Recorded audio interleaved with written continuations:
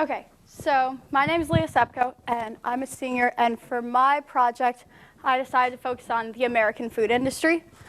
And I found that a lot of people really didn't know where their food came from, how it was made, or how it affected their bodies. So kind of from some of these interviews I did, and this clip, it gives you an idea of the inspiration of where my project came from. The suffering of the animals themselves, and if he actually knew about that, I don't think he'd eat it. Do you think that you're knowledgeable about how your food is produced? No, I'm not. I'm not so sure I know a lot about the food industry. I don't really know where it comes from or anything. I enjoy like meat and stuff, but I don't really know where it comes from, which kind of worries me, but also it's delicious, so in that regard, it doesn't worry. We're all going to die, including you, Piggy.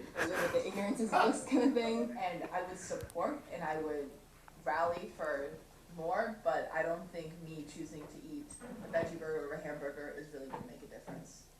Okay, the animals are getting killing, as long as like I enjoy it, I'm fine with it. How do I eat meat? Because I like it and the animals aren't dead. It's all about meat and how it's every evil that there is embodied. I don't like the idea of eating dead things because I have no morals. More than a moral thing, it's once you see the footage of inside a slaughterhouse, it's just gross. There's animals with their own feces on it. It's like, I don't want to eat. Wake up, America! As a general rule, I try to eat food that comes from as close to my home as possible. And I wish that I did know more where food's coming from. I was more educated on the subject. I would definitely change like my dietary Intakes? and like how my dietary plans. I think a lot of people would. I might change my diet. I'm not like stuck in whatever I eat. Yeah, if I was convinced enough, it could happen. Yeah, I would. Now I actually look at where the food comes from. I think that it's within your job to kind of alter what you do and what you eat. And I don't know enough, so I don't really change anything. You are what you eat. Okay, so from those interviews and quite a couple more, I found that, as I said, a lot of people don't know where their food comes from, and that when they think about it, which they rarely do, that worries them when they're prompted to. And that I think people have a right to know what they're eating, how it affects your body, the environment, because if food is supposed to be the thing that's sustaining you, but it's actually the thing that's killing you, that's a little worrisome. So what I looked at were problems, and then I kind of came up with corresponding solutions. So I broke down the issues into 4 main categories: health, environmental, economic, and ethical. And I mainly focused, especially for time constraint today, on the health and environmental because I think they're the most prevalent and most people care about those 2 things the most when I interview them. So health. As I said, if something that is supposed to be keeping you alive is actually killing you, making you sick, that's worrisome, and a lot of people don't know about that. So a couple of statistics: 1/3 of Americans born after 2000 will have type 2 diabetes, and that's the type that is diet-induced. 76 million people in America get sick every year from their food, and 325,000 of those will die. Will get hospitalized, and 5,000 to 9,000 roughly will die. And 10 billion tax dollars, your tax dollars, are spent every year on cleaning up these food-related health issues. And so if we're reforming healthcare, a lot of those issues are from food problems, so why wouldn't we actually fix the cause? The culprits, so the things that are making people sick. One is E. coli. Some E. coli is harmless, and some is a really, really deadly strain. That strain. Bovine spongiform encephalopathy, BSE, is mad cow. We haven't heard about that except for the epidemic about 10 years ago. Diabetes, type 2, I talked about, that's diet-induced. Colon cancer, which is often linked with a lot of meat intake in your diet. Obesity, a big problem in America you've all heard about. And pesticide chemical contamination, which is one that not a lot of people know about. So I tried to figure out, why do we have all of these problems in food related to health? So I came up with 2 main issues. One is the inspections. They're not sufficient in that they don't occur enough, and even when they are conducting an inspection, 80% of the inspectors felt that they couldn't do their jobs. They were threatened with litigation by the producers. If they saw throw up on an animal, or if they saw feces on an animal, they can't stop the slaughter line. That's being killed. That's what you're eating every day. And only 10% of meat, for example, has to be inspected. So not enough things are inspected. And even though the food production in America has only gone up and up, the inspection rate has gone down. So in the 70s, there was 50,000 inspections in 1 year. And now we only have about 9,000 inspections a year. Another issue is recall. So if you ever watched Food Inc. or something, if you get E. coli, someone's diagnosed, they know that the batch of burgers, let's say, is bad. It can take anywhere from 10 to 30 days to recall that batch of burgers. So it's another 10, 30 days that people are getting sick, dying. E. coli is really not treatable. And even after it is recalled, there's no punitive acts by the government, the United States Department of Agriculture. They can never shut down a food producer entirely, even if they've had 10 recalls in a year, they can never shut them down. The government doesn't have that power. They also cannot make them enforce more preventative methods. So nothing really ever gets fixed, it just is recalled. So then, inspired by all of these health issues, I was wondering where they mainly come from. Is it specific to meat, or is it all food in America? So I started comparing people who eat meat to those who don't. And I found that people who don't eat meat, who have plant-based diets, are a lot more healthy. Two of the studies that I looked at that proved this were in world wars, there was a lot of, the meat production was largely gone down. So there were two kind of accidental countrywide experimentation of vegetarianism. In Denmark in World War I, the disease rate went down 34% when they just didn't have meat for 2 years.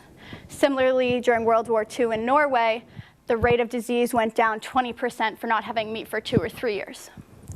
Then they looked at breast milk. And you assume that breast milk, if anything is safe, it should be breast milk. It's what's going to your innocent children. It's what comes from your body, and nothing should have touched it. So it should be completely pure and healthy, but it's not. 25% of what was examined of vegetarians, vegans, omnivores was so contaminated that they couldn't sell it to someone because it would be too dangerous. And when they compared the vegetarian, vegan women's breast milk with that of people who eat meat, they found that it was a huge difference. People who eat meat had much higher contamination levels, and even the highest levels of a vegan or vegetarian woman was still far lower than that of the lowest level of an omnivore. So I tried to figure out, well, okay, so clearly meat is making people more sick than people who don't eat meat, but why? So I looked at pesticides and used biology to figure out the problem, inspired by Mr. Snow. And so one cause is called biological magnification, and that's that when you introduce pesticides, fertilizers, into an environment, as they move up trophic levels, the concentration of those chemicals will increase because, let's say you're feeding a cattle corn, the corn is all sprayed with pesticides, so they build it up, it's stored in their fat cells, so when you're eating that one chicken breast, even though to you it's just one meal, it's what that animal ate for its whole life built up into one chicken breast.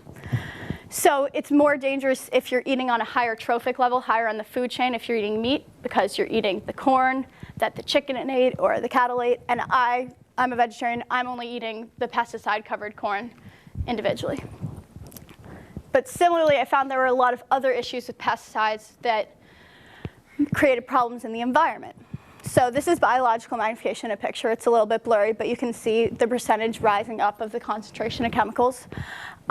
I also found that eutrophication was a big problem. That's another biological concept. And it basically states that when you have an abundance of two elements, which are nitrogen and phosphorus, when they enter into a body of water, if they're too high, it creates eutrophication. And that's when there are a lot of algae blooms that essentially block out the sunlight.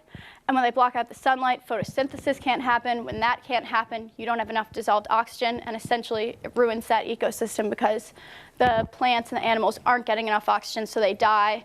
It can create abnormalities, and this is caused by pesticides running off or fertilizers running off into the water. And this is what's created a lot of the dead zones off the coast of Mexico. 2 million acres of prime American cropland are damaged each year just due to pesticides.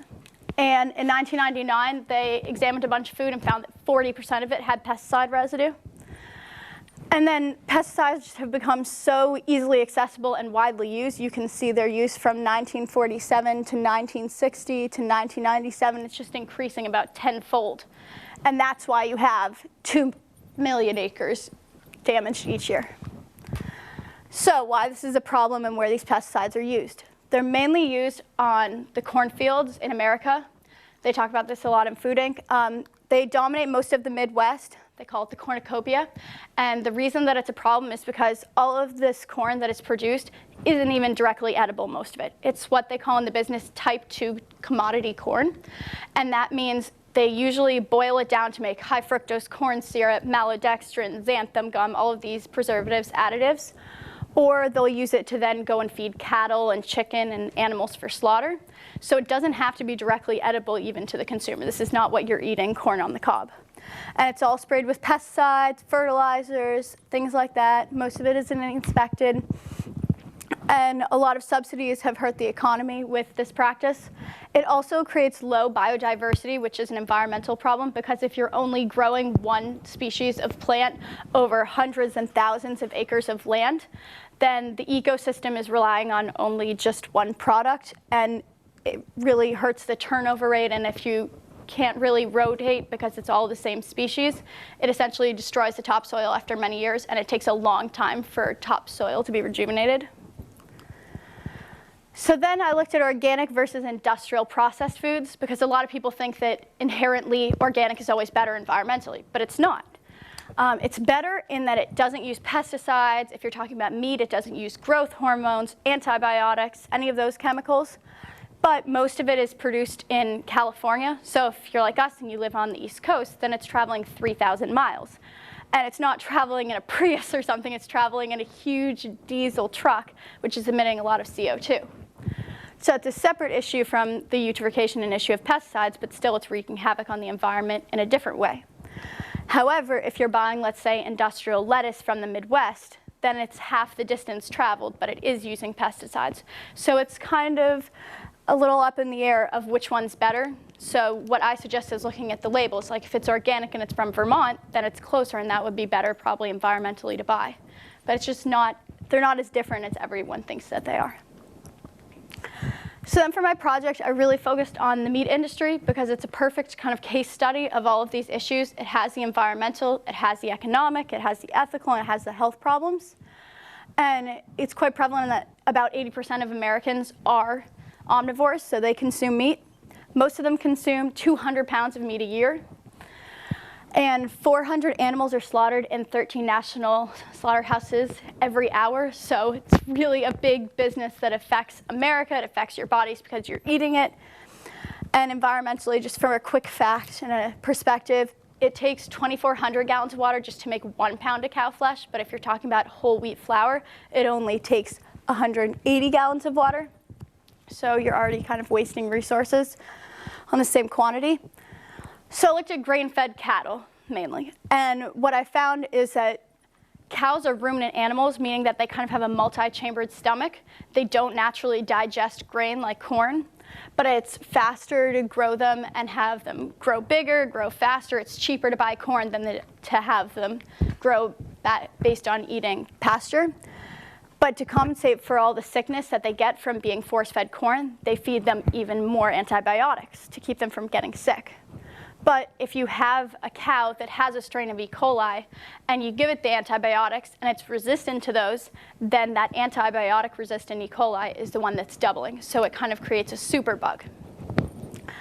They also are given growth hormones to make them grow faster and bigger.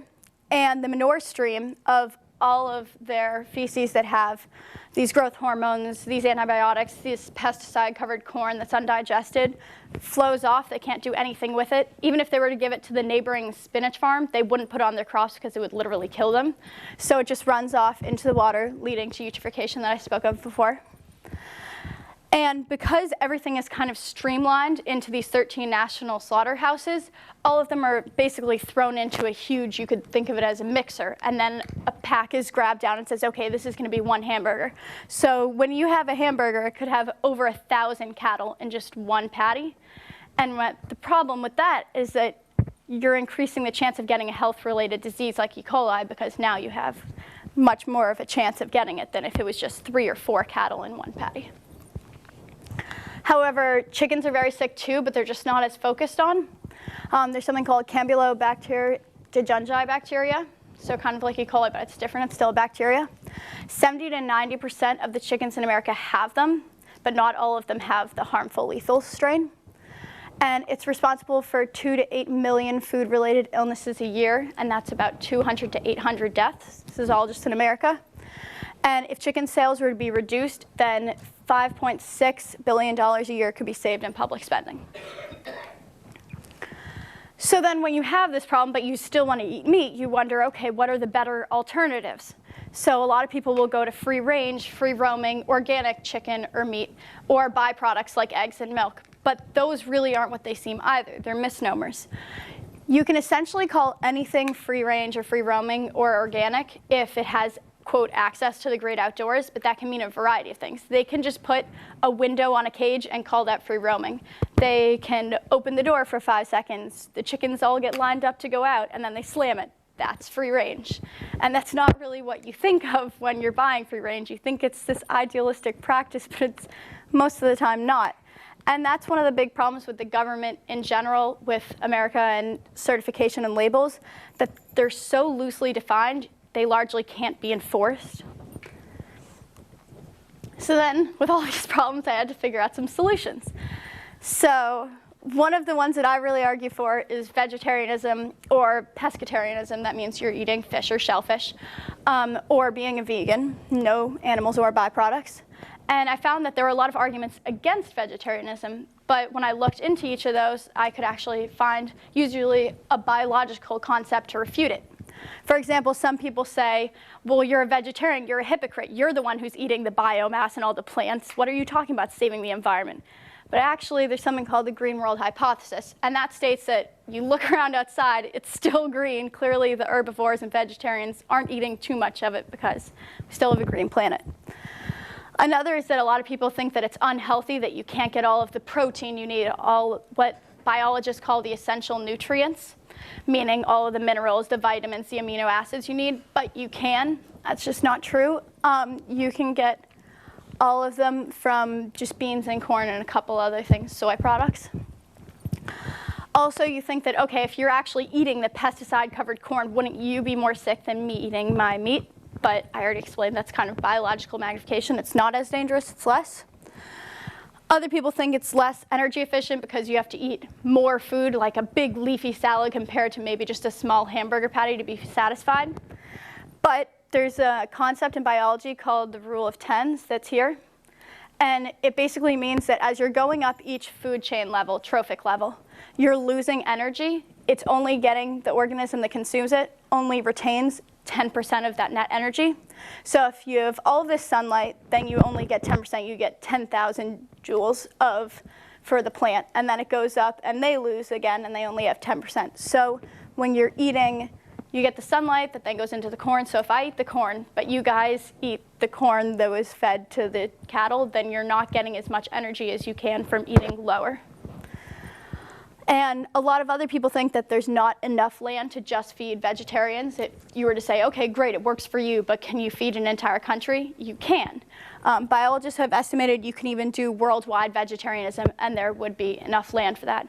It might seem confusing, but it's because you not only have the land that you're raising the animals on, you also have the packaging, the slaughterhouses, all of the corn that is being grown to feed them. So it does work out. Yeah. Yeah. Also, meat reduction, because obviously vegetarianism doesn't work for everyone. That's completely fine. But it's better for you because, as I said, 200 pounds a year for an omnivore, that's a lot of meat. But if you just reduce it to 1 meal a day instead of having it the 2 or 3 that most people do, it's better for you in that you don't have as much health risk for all those reasons I talked about with meat. It's better for the environment for all the reasons that kind of went with vegetarianism. Your grocery bill is usually lower, and if less people ate meat, there would be less food-related illnesses. Then you wouldn't have to pay for it as much in your taxes every year with public spending. And the meat companies' power in the government would decline if meat wasn't as popular because they're mainly the lobbyists that control all of the secrecy and you not knowing what's a GMO and how your cattle was raised. Another thing I advocate for is just buying local or growing it yourself. You have a smaller carbon footprint because it's less distance to be traveled. That's my mom's asparagus that we grow in our garden. It's really good. Just sprouted up. It also supports the local economy. It often tastes better because it's fresher. It also is cheaper sometimes because they don't have to pay for the packaging and they're giving it right to you. And I think one of the best parts is you can meet your producer at a farmer's market or if you grow it yourself. So you could visit the farm, you can see how it's made, actually talk to the person who picked your food and grew it. And that's never going to happen when you buy something at Shaw's. Less processed foods. Better for your diet for all of those reasons. You're not eating all the additives and all the pesticide-covered corn that was then boiled down. And it's better because if less people bought these products, they wouldn't have to produce as much corn to keep up with the demand, and then the cornucopia would be reduced. So you think of all these great products and things you can buy, but where do you actually get them? So I fell in love with Harvest Co-op. It's in Cambridge on Mass Ave. There's also one in Jamaica Plain, and it just has a lot of good options. You have to either volunteer for your hours to become part of the co-op, or you can pay for a lifetime membership. And I found that it had all the products I needed and more, and it has a delicious cafe attached with the best panini I've ever had. Food education. That's kind of what I came to at the end because my project started from people not knowing where their food comes from. And I kind of started to think about sex education. If we have that and that's part of the public, everybody has to be taught that in high school. You have chlamydia. If you think about chlamydia, it can be treated. Can you really treat E. coli? No. So how can you say that one's more dangerous or prevalent than another? Also, not all high school kids are having sex and doing these things, but everybody's eating. So I think everyone has the right to know how their food was made so they can make better choices to affect even just their own body, forget about the environment and economic. And you wouldn't even really need a specialized teacher who had an agricultural degree. You could just pop in movies like Super Size Me and Food Inc. and give them their abundance of articles, especially by Michael Pollan, or I read Dane Cook. So I always follow Gandhi, as does Feliki. And one of my favorite quotes from him is that you must be the change you wish to see in the world. And I kind of culminated with that, and I found that if you have like these 3 apples, you don't know what comes in them. You don't have to know. It doesn't have to say this has pesticides. Goddard? You don't have to know that this is organic and didn't have pesticides, but it came from 3,000 miles away. And it doesn't have to tell you if it's a genetically modified organism. And by the way, we really don't know what those do to the environment or your body yet. It's too soon to know. So it's a problem because it's unsustainable and it's destroying the environment, which soon your food won't be able to be produced the way that you like it to be produced now. It destroys all the topsoil. It's unhealthy for all those health risks that you were never really told about. Everyone's choices do make a difference, although my friend Hannah Howcroft doesn't believe me. And the government's not going to tell you because they don't have to, so you really have to go out and find this information out for yourself and then spread it on to others. And just this is kind of the culmination in what I found at the end of my project. Every time you go into a grocery store, you are voting with your dollars, and what goes into your cart has serious repercussions on the future of the earth. But although we have choices, few of us are aware of exactly what they are. Just some food for thought. Thank you.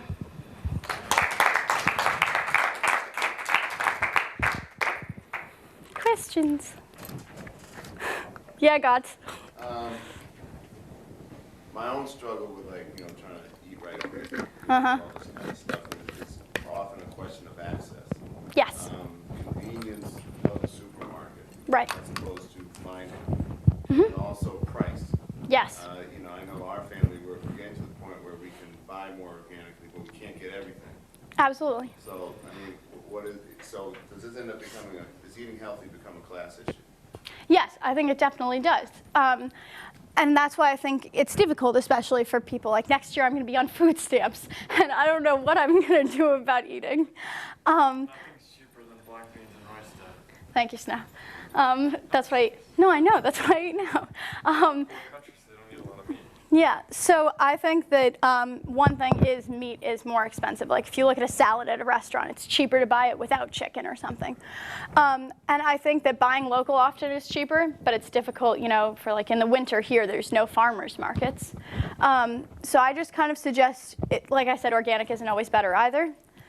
But I think you just pick your battles. Like rather than buying, you know, Cheez-Its, avoid spending money on that. Spend it on more of the kind of fresh produce and know where it's from. But it is difficult. And I actually found that at a Harvest Co-op, they had things that were at a much cheaper price because a lot of it is in bulk, so they can sell it for cheaper. So if you can find access to places like that, co-ops, I think that's really good. And some people can't afford the membership, so you can work hours, a couple hours a week. Yeah, Coach? How do you think the current administration, our First Lady, has been one of the first to plant a garden in, the, White, in the White House? Not in the White House, but yeah, on the property. How do you think that impacts, you know, because like I said, you know, does it become a class issue? You know, if you can't buy these organic vegetables, what's more organic than what you're putting in your own garden? Do you think that you know, that there's definitely a change in where people are going, and what in your process, like, do you think that that's changing the tide of public perception? Yes, I think that it's good because I think that shows that she's kind of taking a stand on her own. And for all the reasons I said, I think it is better to grow yourself or buy local. And I think that there probably is nothing more healthy or satisfying than picking your own vegetables and eating them that night. I just have my arugula. But yeah, I think it does impact it, but like Mr. Goddard said, it's not an option that everyone can have. You know, a lot of people with, let's say, low rent, they don't have a garden, they don't have any space, they're in an apartment building. There are community gardens, right. And seeds are cheap. Exactly. So I think that that's great, but I think a lot of people just don't even know that that's an option, although it's definitely, I think, a fantastic option. That's what we used to do. Yeah. Do you think in your read, I mean, there's obviously so much research in there, and I know some of it you were doing in bio and stuff like that. Did you find the statistics and the information pretty readily accessible once you were looking, or did you feel like even though you were looking, you really had a hard time? And sort of segue off that, what was your field work and how much of the research was in your field? I thought that it was, once you start looking, there is a lot out there. Like I know in my Earth Labs and Light class this year with Miss Dannenberg, she showed us a lot of great things.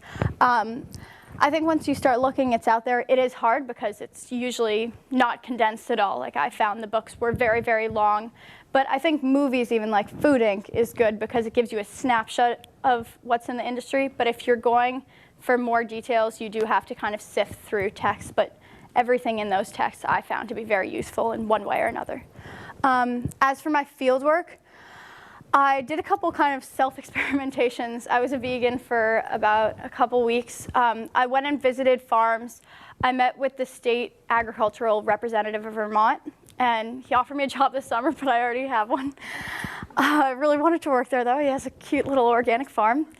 And yeah, so I went to a lot of different farmlands. I went to a community garden in Vermont, the Intervale, which is kind of the epitome of everything that community gardening should be, and it's kind of famous in the farming world.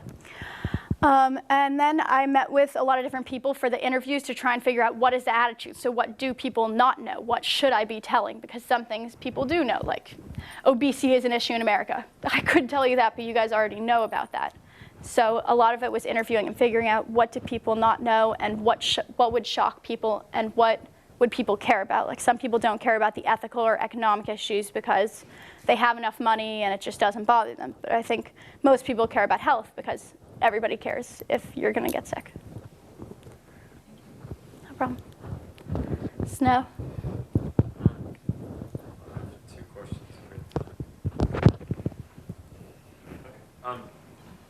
The first one is a little specific, and if you don't know, that's okay. I'm just curious about the, I found that World War I diet study really interesting, and I had never heard that before. I was wondering if you knew, like, which diseases or which types of diseases they used to track in that study?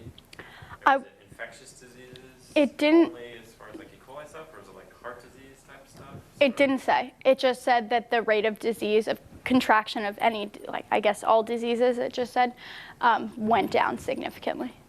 It's a good question. It didn't have it in the text I was reading, and it was the only place that I found that study.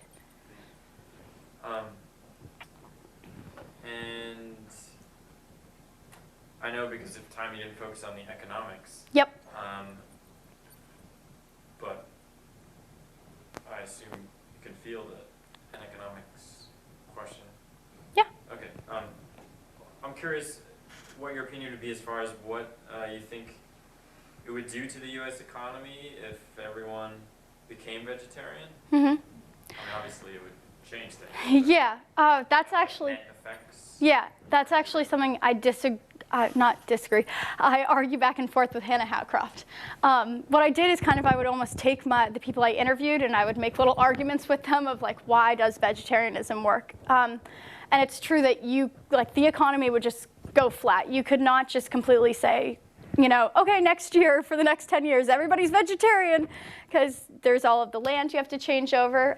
A lot of people can't do it for health or nutritional reasons, and I think that it would definitely take a hit on the economy. There would be a period where everything would go down into the red, but I think eventually it would come back and go into the black. Does that answer? I mean, it definitely isn't something that could just happen, that the whole country or world could go vegetarian. It's just, that's a really long transition. I guess I'm wondering if you think the cost savings of healthcare, which you cited a lot of great examples, would overall offset completely or even more than offset? Yeah. I mean, obviously, it's not going to help a dairy farmer or something or whatever, right. A rancher, but as far as an overall GDP sort of issue. Yeah, I think it would, but I think it wouldn't completely offset it, not in the first 5 or 10 years, because there's still people who have those diseases, so it's too late, they already have it. There's still food that would have to be consumed to get rid of what's left.